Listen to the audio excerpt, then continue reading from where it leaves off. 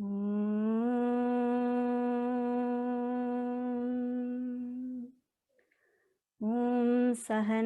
Vavatu Sahanau Bhunaktu Saha Viryam Karavavahai Tejasvinavadhitamastu ma vidvishavahai.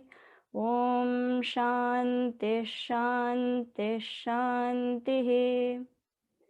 Samasta Jana Kalyani Niratam Karunamayam Namami Chinmayam Devam Sadgurum Brahma Vidvaram Sadgurum Brahma Vidvaram. Hari Om everyone. Welcome to this session of Booklight. We have 3 Chyks here sharing their reflections on the topic of It's Not About Me. So we'll first start with a chanting of Sadhana Pancakam, verse 1. We'll just do it all together. Okay. Vedo nityamadhiyatam taduditam karma svanushthiyatam tene shasya vidhiyatam apachitihi kamye matistyajyatam Papaugaf paridhuyatam bhavasuke doshonusandhiyatam atme chavyavasiyatam nijagraha turnam vinirgamyatam. Okay. And now, without further ado, we'll start with our presentations. So first we have Sanjana. Sanjana grew up in the Bay Area, California, and she attended Balvihar and Yuva Kendra through Chinmay Mission San Jose. She is graduating from the University of Michigan Medical School next month and will be starting a family medicine residency at Indiana University in the summer. So Sanjana, we are very excited to hear your reflection. Hari Om. Hari Om. Thank you so much for that introduction. Om Shri Chinmaya Sadgurave Namaha. Hari Om, everybody. I will be discussing with you today my reflections and thoughts on the 4th sadhana that we've been discussing in Sadhana Pancakam, Kamye Matistyajatam, which translates to renounce desires in the mind. Adi Shankaracharya ji here is referring specifically to selfish desires of the mind, or those that perpetuate our cycle of unhappiness. So in order to understand what these selfish desires are before we can renounce them, we need to understand what it means to be selfish, so the definition of selfishness. And then we should also see the opposite of selfishness, selflessness, which is what we should strive to practice. We'll then conclude the talk by seeing how to determine if the actions that we're taking are selfish or selfless as we begin to adopt this practice in our daily lives. So we'll start with the definition of selfishness. What does it mean to be selfish? Selfishness means seeing oneself as separate from the rest of creation and from the rest of totality. It means identifying with that individual ego or that little s self, instead of seeing that you are none other than the supreme consciousness or the capital S self. It means putting the needs and wants of your individual ego above everything else, sometimes at the expense of others. Selfishness can be seen with 6 other emotions as well that we'll discuss. The first is kama, or selfish desire. And this is really where selfishness takes root. This is where we want to achieve something that will benefit only our own individual ego, and we pursue that desire or that goal or that object. If we achieve that selfish desire, then we might come across lobha or greed. So achieving that selfish desire isn't enough for us. We want to achieve something else, or that desire becomes bigger and then we have to do even more to achieve it. Then we might also experience mada, or pride. And this is when we think that our own individual ego has accomplished all of this ourselves, and therefore we must be better than those around us. And we have some superiority about that. If, on the other hand, we don't achieve our selfish desire, we might come across krodha, or anger, thinking that we've put in all this work, done all this in order to achieve this goal, and we haven't achieved it when we deserved to. And why didn't we? We might be angry about that.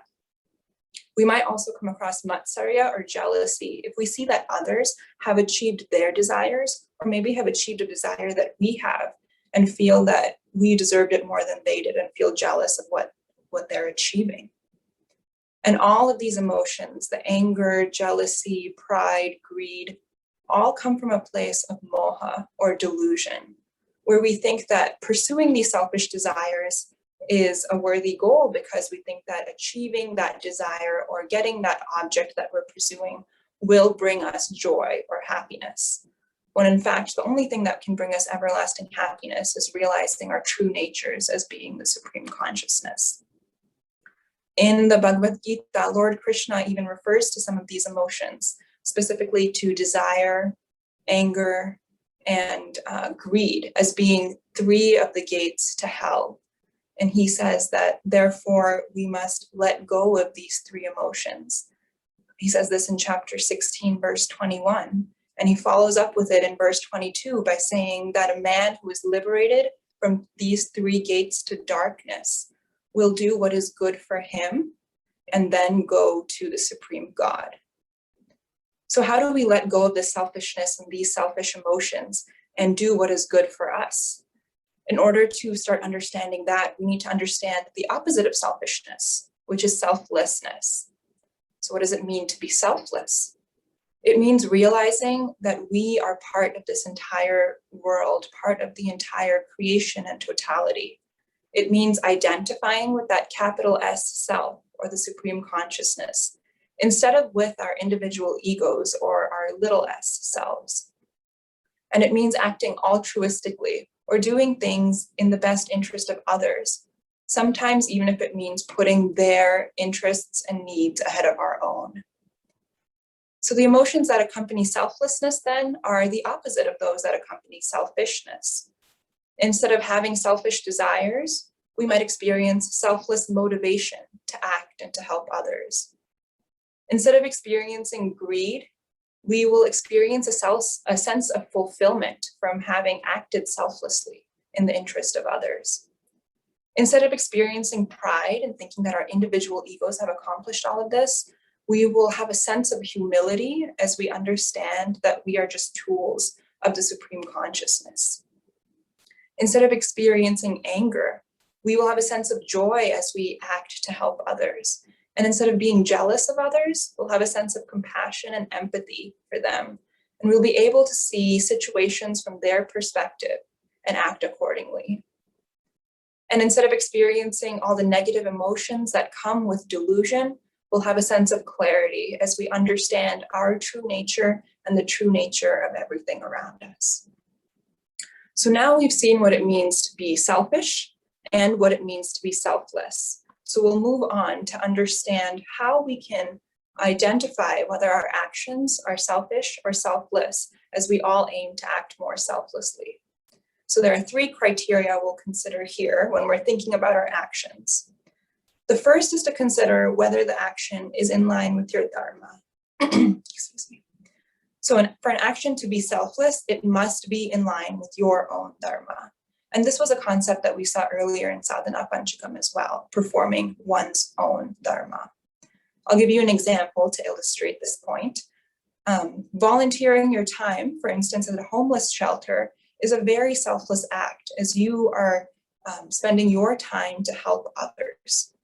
And this is an act that's very selfless if it's done on the weekends or on the evenings outside of your work hours. However, if you take time out of the workday when you're expected to be in a meeting or a presentation or working on a project, then you are neglecting your dharma to perform this action. And therefore that cannot be seen as a selfless act, that is inherently selfish. since you are not acting in accordance with your own dharma. So after you've determined if you're acting in line with your dharma, the second criteria to consider is your intention behind this action. So any intention that is in line with your individual ego or your little s self and puts the needs of that individual ego above all else can often be seen as selfish. However, there are other intentions that go beyond your little s self to include that capital S self or to include others that would then be considered selfless.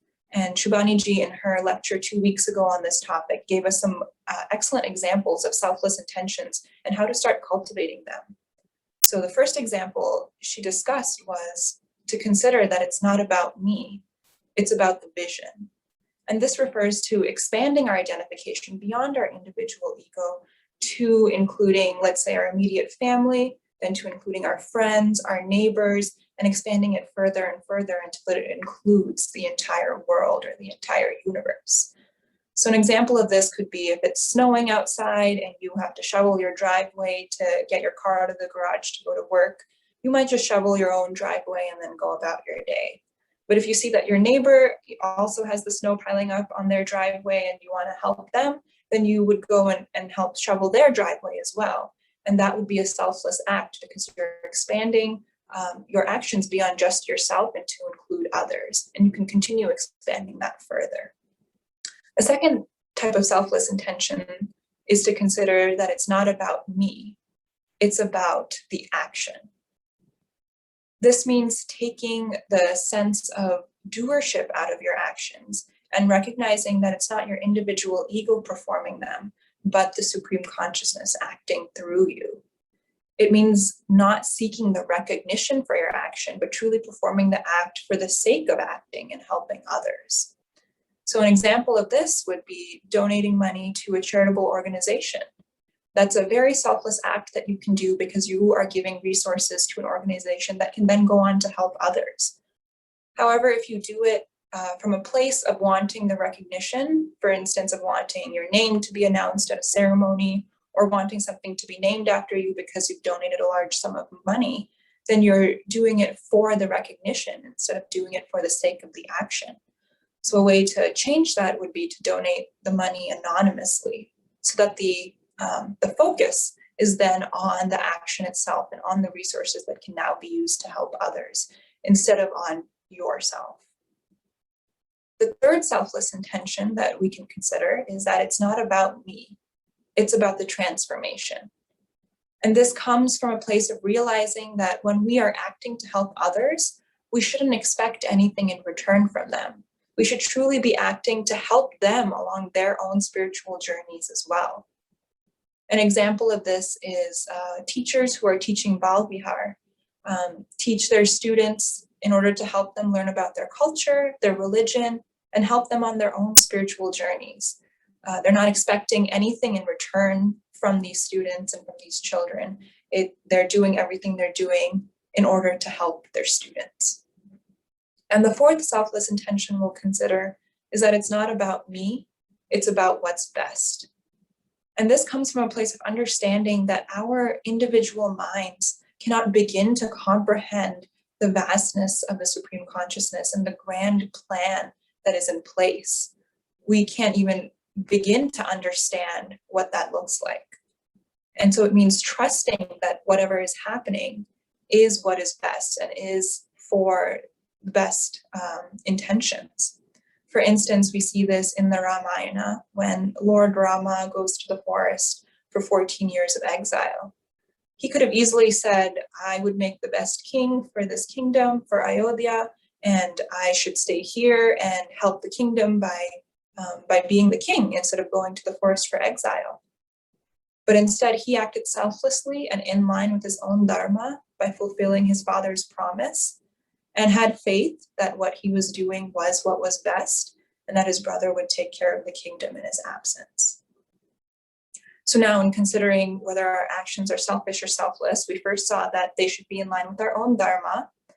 Then we saw that we have to consider our intention and that some selfless intentions we might have would be to make sure that our actions are about the transformation, are about the action, are about the vision, or are about what's best.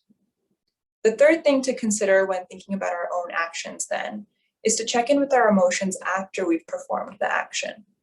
If we find that we're feeling some of those negative emotions that we talked about, such as greed, anger, jealousy, pride, any of those 3 gates to hell that Lord Krishna warned us about, then we know that there is some selfish intention to that action. If, on the other hand, after performing the action, we have a sense of fulfillment, of joy, of compassion for others, and of humility, then we know that it came from a place of selflessness, and that these are the actions we want to continue doing as we cultivate more selflessness in our lives. So we've talked about a lot today, so I will summarize quickly everything that we've discussed here. First, we saw kamye matistyajatam translates to renounce selfish desires of the mind. And then we saw what selfishness means and the negative emotions associated with it. And then we saw what selflessness means and the positive emotions that we associate with it. We then saw how to determine if our own actions are selfish or selfless by making sure that they're in line with our dharma, by checking in with our intentions before performing the action, and then by checking in with our emotions after we've performed the action. I wanted to conclude with a quote from Puja Gurudev in a text that we previously saw in our Booklight series, We Must. In chapter 15, he writes, Manava Seva alone is the greatest Madhava Seva, or serving man is the highest service to God. Thank you, and Hari Om. Hari Om, Sanjana. Thank you so much for sharing those thoughts and giving us those 3 steps that we can use to check whether our actions are selfish or selfless, and connecting it to the quote of Gurudev's also. Thank you so much. Next, we have a reflection from Casey. Casey is from and also currently living in New Jersey. She works in the medical field as a cancer genetic counselor. And she was introduced to Chinmaya later in life in 2018, and she is currently involved with Chyk NYC. So Casey, Hari Om, we're very excited to hear from you. Hari Om. Om Shri Chinmaya Satguruve Namaha. Thank you to Chinmaya Mission and also the Booklight team for this opportunity to provide some reflections on Adi Shankaracharya Ji's point regarding renouncing our selfish desires, because it's not about me. Something that's very difficult to remember, isn't it? So Shabani Ji had mentioned 2 weeks ago a little bit about selfishness. And one of the definitions of selfishness was an overestimation of ourselves. And today we can explore that a little bit further. So let's break down overestimating ourselves. And I think Sanjana provided really good context to further break this down. So our self, or just the self, can be broken into 2 categories. We can use the little and big S, the little s, or we'll start with the big S as being the true self, that what connects us to our divine self totality. And then our little s, our little self, which is this identity, this false ego. And it varies for each of us, doesn't it? Some of us identify as a brother or a sister. Some of us, it might be a student, or maybe we're a business professional. Some of us may even identify as being an athlete or a creator. Some of us may identify with being smart or funny. All these things that we cling so tightly to, and we spend our whole lives trying to strengthen that and protect that. So let's talk a little bit about overestimation. So to estimate, we all know that word. It's to kind of measure or judge a value of something. And when we overestimate it, we're typically giving it a greater value than maybe what that object or thing is capable of, or what its value is. A good example is if we all went to the grocery store tonight and went to go buy a lemon, and we saw that one lemon was $180, we would think, oh my goodness, I don't know what's happening with lemons with the quarantine. Maybe they're using it for something, or maybe Elon Musk is now providing lemon juice as a means to fuel Teslas. I don't know, but something would be very odd. So we take that same example and then apply it to this context of how we overestimate ourselves. We're kind of doing the same thing. And I think we can all agree that when we overestimate ourselves, unfortunately, we tend to overestimate that identity or that false ego side of self. And when we do that, there's this overshadowing, or this, it kind of covers up this true self. We actually tend to underestimate the true self. That's all-knowing. That's part of totality. So then why do we overestimate ourselves? Why do we do it? And we could break it down to two reasons. The first reason being that we try to control the outcomes of everything. And why do we try to control the outcome? Because there's some type of selfish desire attached to it, something that we're trying to attain or reach. And then we tend to overestimate the capabilities that we have to actually reach it. But this whole time, there's this presence of all-knowingness that's there that is actually, in fact, in control of that. But it's not so easy just to surrender to that all-knowingness, to Bhagavan. There's some steps that we need to take, which first requires us to begin to renounce those selfish desires, to let go of what feeds our ego, because only then can we become less attached to the outcome. And as we become less attached to the outcome, only then can we begin to let go, to surrender to that greater plan, to what is all-knowing. Shivani ji had mentioned that it's all about what's best. It's not about me. It's not about what I can control, but it's about what is best, what that all-knowing being does actually have in store. The second reason why we overestimate ourselves is because we tend to put our false ego, our false sense of self higher on our altar than this true self, than this divine nature. When we do that, we still have to act, we still have to serve. But the difference is that when we serve the false ego, we're serving our selfish desires. And when that scope becomes more and more narrow, we become disconnected from other people, the rest of the world. Contrary to when we serve or feed this true self, we begin to feed totality. Our vision begins to expand. We begin to see so much more and rise above and have a greater awareness on how we can serve totality. So keeping these two ideas in mind in regards to overestimating ourselves, Puja Gurudev gives a really nice story that I think captures this quite well. It was in one of his satsangs that was previously recorded. And basically it goes, there's a family that's driving in a car and they're trying to reach a destination. Let's say their family's living in a village. And the father's driving the car, the mother is in the passenger seat, and there's a little boy in the back seat. They have about 15 miles to go until they reach the village. And they have a pretty big hill to climb before they get to their destination. So as they're driving, the dad looks down and he just starts laughing to himself a little bit because he's empty on gas. So what are you gonna do? You might as well kind of giggle about it. So he looks down and he says out loud, "Oh boy, we're just about out of gas." So of course his wife looks to him and says, "I saw a gas station 15 miles back. You should have stopped. I didn't want to say anything because I figured you would have seen it." You know how the story goes. We can all find ourselves in those situations.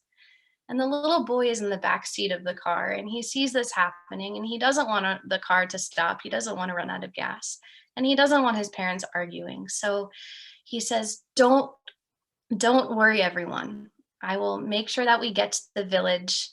I will push the car. So he climbs into the front seat and sits on his mother's lap. He rolls up his sleeves and he takes his little hands and presses the dashboard right where the airbags sit.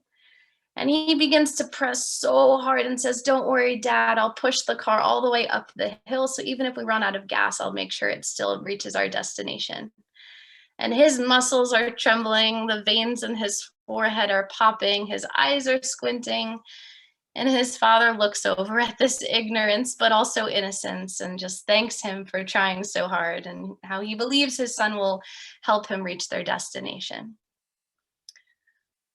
We are all that little boy pressing the dashboard, thinking that we're pressing the car to the top of the hill, isn't it?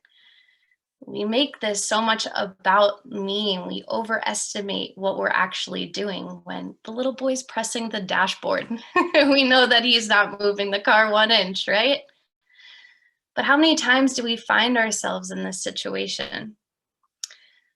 So there's 2 outcomes to the story. I think nowadays TV shows have like multiple endings. So we'll keep it in line with that. And this goes in line with what Shibhani ji had also mentioned 2 weeks ago. Ending 1 is that they make it to the top of the hill. They make it to the village. And before the wheels even stop spinning, the little boy jumps out and he runs out of the car and says, "Uncle, uncle, I pushed the car 15 miles with my own 2 hands. I saved the day. We almost ran out of gas, but I was able to push the car to the top." And in that case, we can see that there's pride involved, right? And maybe with too much pride comes greed. But we know that was certainly an overestimation of what he was actually doing. The second alternate ending to this story is that they're about 7 miles in out of the 15. And even though his arms are fatigued and the little boy is sweating, he's pushing the car so hard, suddenly the car stops and starts slowly rolling backwards. And the little boy is so tired, he becomes so mad. He doesn't want to talk to his parents. He's kicking the dirt and he's experiencing great anger because he let himself down. He wasn't able to fulfill what his intention was. He wasn't able to get that outcome of reaching his destination. But we know that in both of these, he's being completely delusional because, again, he's pressing the dashboard of the car, not even the back of the car. And why is he doing this? There's obviously, and we can all relate to a situation like this, there's some desire involved, whether it's credibility or whether it's recognition. But whether there's pride involved, anger, whether he makes it to the top or not, he's overestimating his role. And in that, comes suffering when there's that delusion, because it's not about me. And Puja Gurudev goes on to comment that this vehicle, the car, which can also be related to the body, the mind, and the intellect, it's being run on gas. We can call our vasanas, our karmas. But how many times can we relate to what this little boy was experiencing? Right? We feel so much anxiety or stress, waiting for an exam grade, waiting to see if the weather will turn out properly for our event, that literally on the inside, we're that little boy pressing the dashboard, not doing a single thing to get that outcome, because there's something far greater at play for what that outcome will actually turn out to be. So just summarizing a bit, again, we're talking about renouncing our desires, or these selfish desires. And to do that, we explored a little bit of what selfishness is and focused on how we overestimate ourselves, because we try to control the outcome of a situation when there's a particular desire that we want to attain. But by renouncing those desires, we can slowly begin to let go of what that outcome is going to be. We can begin to surrender to the all-knowing. We can also begin to shift where we sit on that altar. Which self is it that is of a higher vision, beginning to serve totality rather than our egos and our identity? And I'll conclude with just a little fact that when I had prepared these notes with Amarji, I made a mistake, and on accident, instead of writing "it's not about me," I wrote "it's all about me." So I had continued discussing that, and Amarji at the end was like, you said the title completely wrong. And I was like, oh, I guess you're right. But we had a reflection on that. And whether it's not about me or it's all about me, we can't get so caught up with it, whether it's all or not. It's really, what me are we talking about? Because it's not about me. It's not about this identity, these selfish desires, this ego that we're trying to feed. And if we work towards that, then it can slowly become, it's all about me.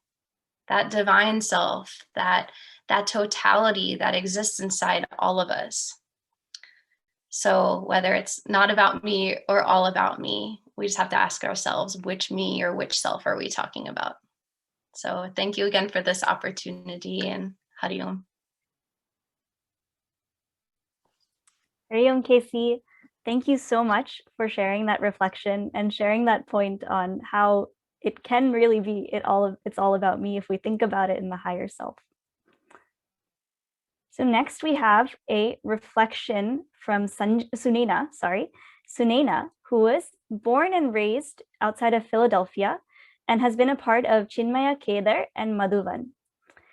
She found her Swadharma in teaching, in education, and she is currently completing her master's in secondary education and teaching 9th grade biology.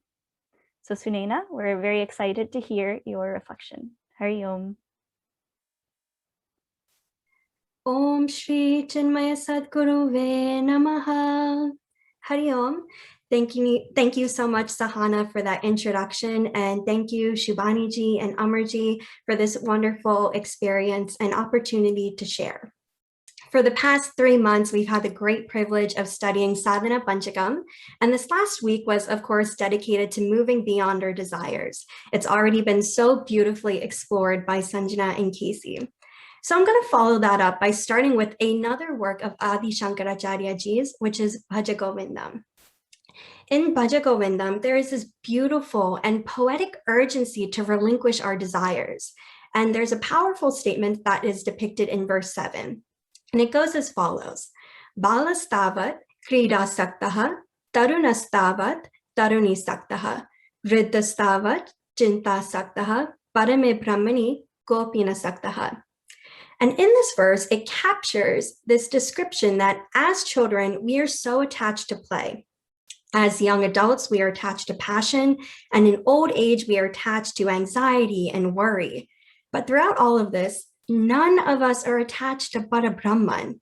None of us are attached to the supreme reality.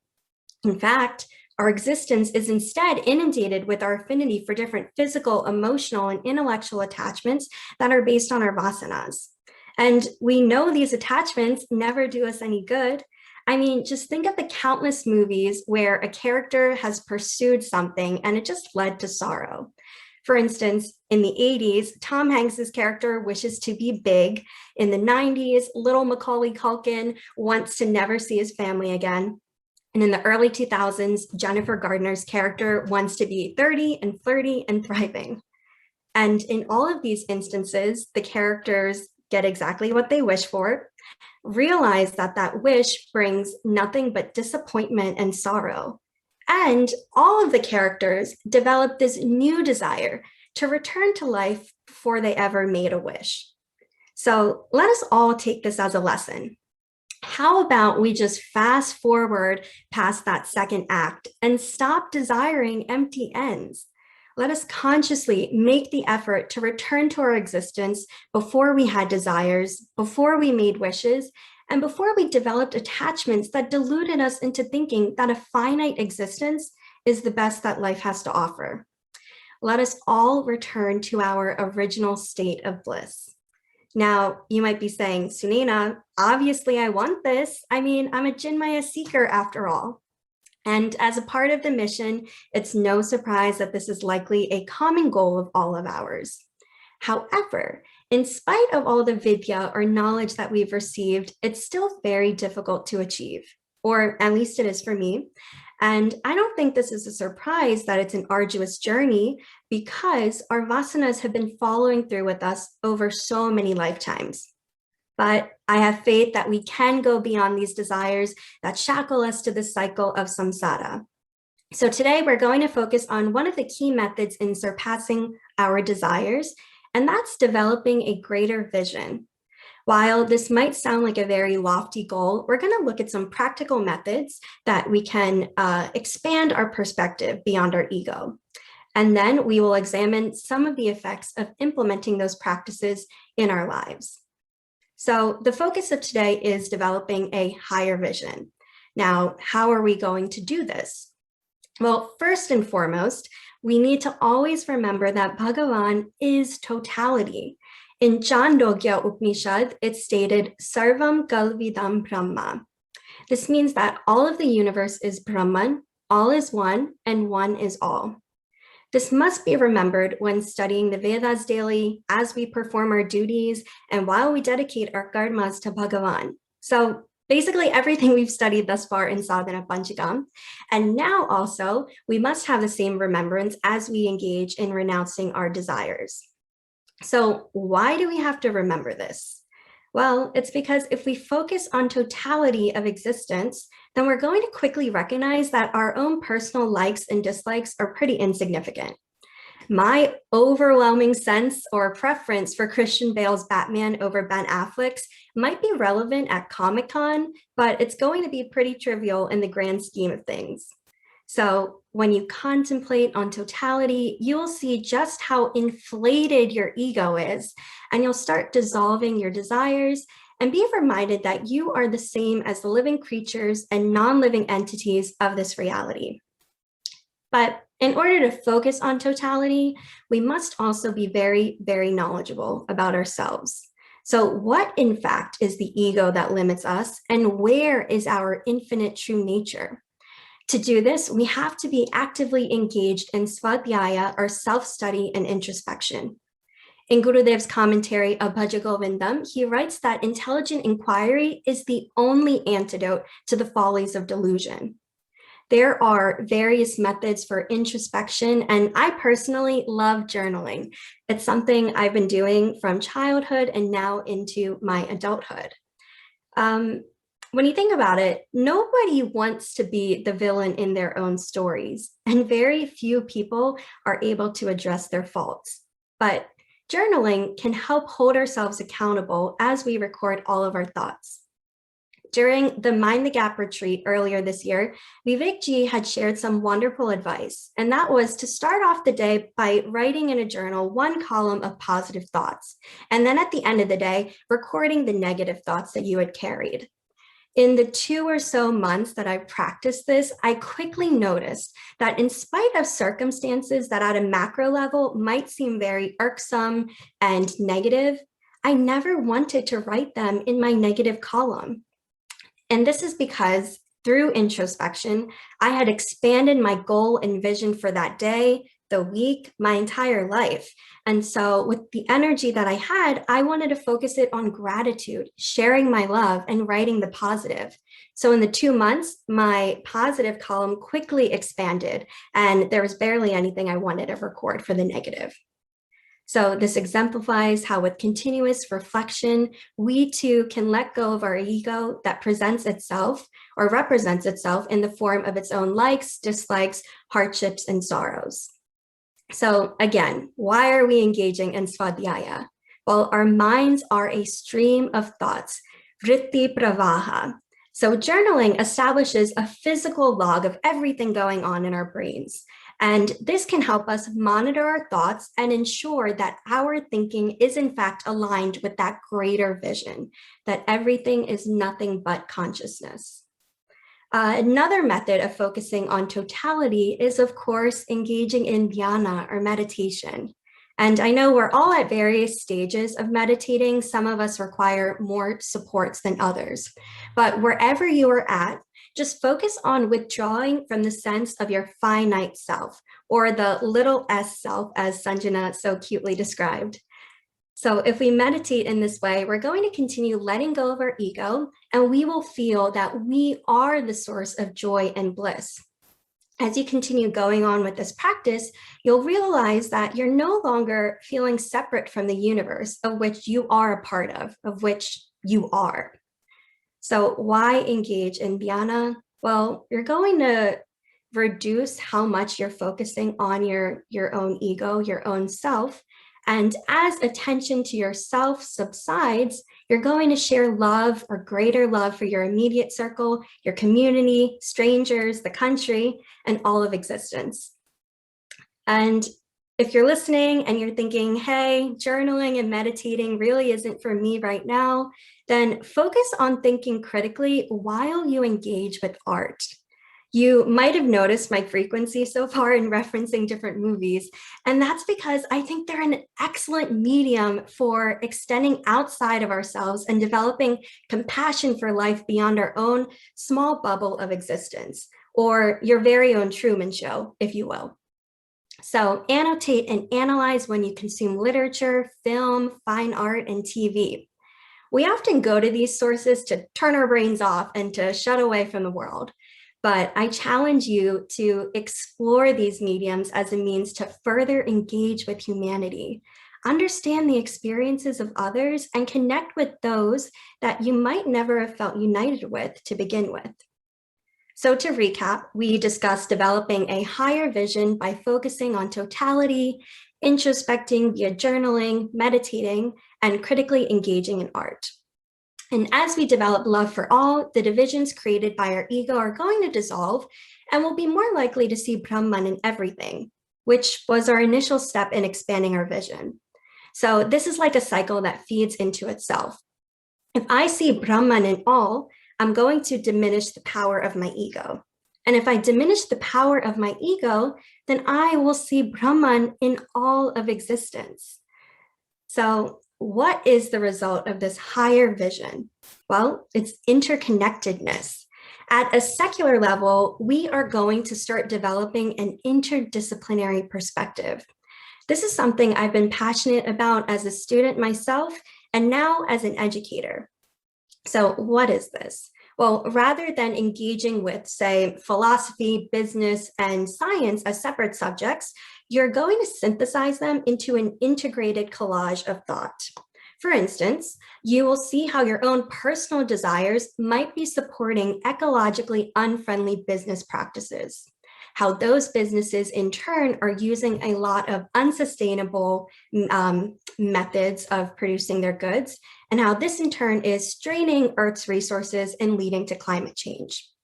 This whole cohesive perspective is a byproduct of seeing oneness and making connections with everything. So as we explore our mind deeply, we will also be more equipped to filtering out negative thoughts, or at least being cognizant of them when they arise. Swadhyaya will lead to greater integration of our minds and inner beings. We'll be better equipped to checking the biases and preconceived notions that arise in our thoughts and create false separations among people. We'll be capable of assessing our motivations and knowing the guna with which our karma yoga stems from. Is our tapas sattvic like Ahilya, rajasic like Ravan, or tamasic like the Rakshasas? In conclusion, don't be so hard on yourself for having desires. Bhagavan is not a condemning sort, and everything that happens in our life is a part of God's greater plan. So when Ahilya detracted and desired Indra disguised as her husband, her mind was compared to a stone and she was told to undergo tapas. Ramji eventually came and it all worked out in the end. So you have desires. Now what? Well, continue with your introspection, journaling, meditation, develop greater empathy and compassion, establish an interconnected mode of thinking, and see just how much your ego is going to disappear. This is a long process, but continue putting your best foot forth. Imbibe the energy and love of Shabri, who continued doing her seva and worshiping Ram until he came to her and she found mukti. Let us focus on the words of Shiva Sankalpa Suktam, which is a prayer for our mind. The words Tamne mana Shiva Sankalpa Mastu are repeated throughout these verses as a request to have auspicious thoughts. So may our minds be far-reaching, and as Swami Tejomayananda delineates in his commentary, may I see the world as it is with a sattvic vision and knowledge. We can all achieve this goal of relinquishing our desires, and it starts with developing an all-encompassing scope of totality, of seeing the infinite in all that we falsely presumed to be finite. Thank you, and Hari Om. Hari Om Sunena, thank you so much for that thoughtful reflection and tying it into movie references and references from your own experience also. So thank you all to all three of our Chyks, Sanjana, Casey, and Sunena, for their beautiful reflections. And now we have a chance for Q&A. So if anyone has questions, you can message me, so Sahana Rao. You can put it in the chat directly to me, and I will pass it on to our presenters for today. Shubhaniji, if there are any questions from Shubhaniji's side. Today, I actually have no questions. I thought everything was very clear, very nicely done, and I'm so happy to hear from each and every one of you. Very beautiful reflection, and I think this is such an important topic to keep reflecting on, because even as we do think we are becoming more selfless, there is still selfishness there. So it's that point in us where we still have to dig a little deeper and really see, is it truly selfless, or is there still a stink of selfishness there? I guess one thought that I want to address to any of them openly is, how do you tell for sure that there is no selfishness there? So yes, we said it's about a greater vision, and it's about the action, it's about what's best, etc. But how do you know for sure that there's absolutely no selfishness there? Is that actually possible? Maybe if any of you can comment on that, that would be nice. Yes, Sunena, I see you in your hand. That is a wonderful question, and one desire of mine that I've had for well over a decade has been the desire to have children and to be a mother. And so this was something that even when I was in Bal Vihar in middle school, I felt guilty of. I was like, I know I have this desire, and I was asking my teachers, what do I do about it? And so over all of these years, it's taken, like I just discussed, a lot of journaling. And what I focused on is, what is the origin of this desire? Where is it coming from? Is it because I want to have the cutest mommy and me Instagram posts? Is it, do I want to be a mother because I've been socially constructed to believe that that's what's expected of me as a woman? Is it just a base biological urge? What is that? And so when I was 17, I actually started a journal to write to my future children, whoever they might be. And so in pouring out my love and just reflecting, I realized that ego was dissolving every time I put pen to paper. I just felt so much lighter. I had a greater vision in my life. I knew, hey, I'm not just a girl in high school. I am someone that needs to be disciplined and motivated and loving and caring for a multitude of reasons, but specifically here also because I intend on caring for others and nurturing life. And I still am conscious and cognizant when these desires arise or the thoughts come in my head. But at this point, I feel very self-assured that it's not stemming from a poor place. And that's just with a lot of introspection focused on the motivation. Okay, very nice, very nice. Anyone else want to respond?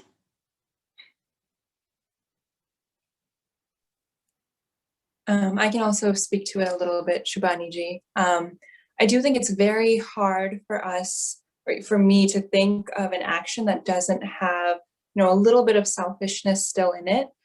Even, thinking about the motivations to be selfless, some of it, I'm saying that I want to be more selfless as I progress on my own spiritual journey, and that itself sounds a little bit selfish to say that it's my spiritual journey that I want to progress on. But I don't think it's impossible to be completely selfless. I think those who have realized their true nature and the true nature of everything around them truly act selflessly in everything they do, such as Puja Gurudev. Everything he did was from a place of pure selflessness and pure love for everybody. So I do think it's possible. I can't say that I've achieved it or that I know exactly how to achieve it, but I'm working on that. And I think everything that we've heard tonight is definitely giving us some methods and steps to start working on that ourselves. Yeah, and our being on our own spiritual journey, I think it is a very selfless thing. You know, it's a very selfless thing, because by doing that, we can become more and more selfless, and we can give more and more to the world. Okay. Sadhana, are there any questions on your side? No, I don't see any questions in the chat.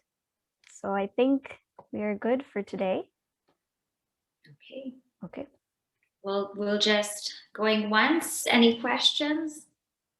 Going twice? Going thrice? Okay. Well, thank you to, Sanjana, Casey, Sunena. That was very beautiful. It was really nice listening to your reflections, and I hope everybody enjoyed the same. I see all the comments in chat, so I'm seeing that everybody has enjoyed. And we will meet next week for Sadhana Pancakam. Aparna, do you have the flyer? Yes. I'm sharing it here, Shubhaniji. Okay, perfect.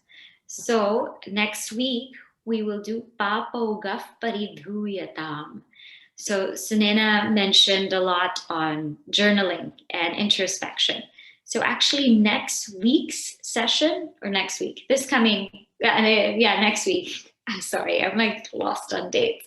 Next week's session will be on introspection, because it's about shedding our imperfections. And that can only really happen when we examine our thoughts and examine ourselves. So next week will be that topic. Okay, so I hope that all of you do attend, and we'll just conclude with a closing prayer.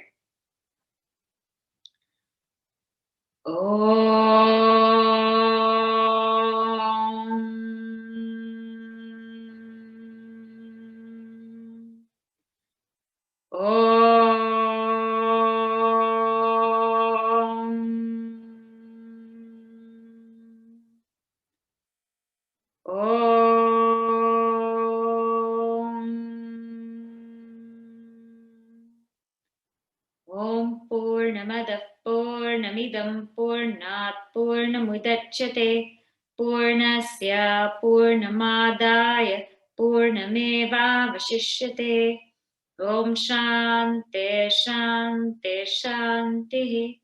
Harihi Om Shri Gurubhyo Namaha. Harihi Om. Hari Om, everyone. We'll see you next week. Hari Om.